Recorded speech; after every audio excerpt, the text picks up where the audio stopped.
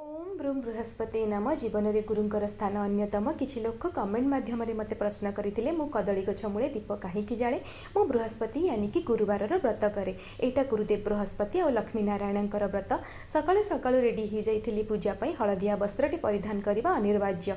यही व्रतर नियम बहुत सहज और सरल। आपण चना गुड़ आउ फूल आउ कदली नहीं कदली गछ मूले पूजा करेंगे। कदली गछ यदि आपण मंदिर पाखे कोठी आस पाखे थाए ताहले बहुत भल, जदि न थाए आपण घरे भी पूजा करें। आम सोसाइटी कदली गछ अच्छी तेणु मुझे पूजा करदिए। आ लक्ष्मी नारायण पाखे आपणकर मनस्कामना कही आप दीप धूप जाली जमी पंच उपचार पूजा हुए सेहीपरि करेंगे। व्रतर नियम बहुत सरल। दिन सारा उपवास करने पर राति आपण मिष्टान्न हलदिया रंगर भोजन खाई व्रतटी को आपण खोली पारे। यही व्रतटी 16 गुरुवार या 8 गुरुवार आपण करेंगे जमी आपण श्रद्धा।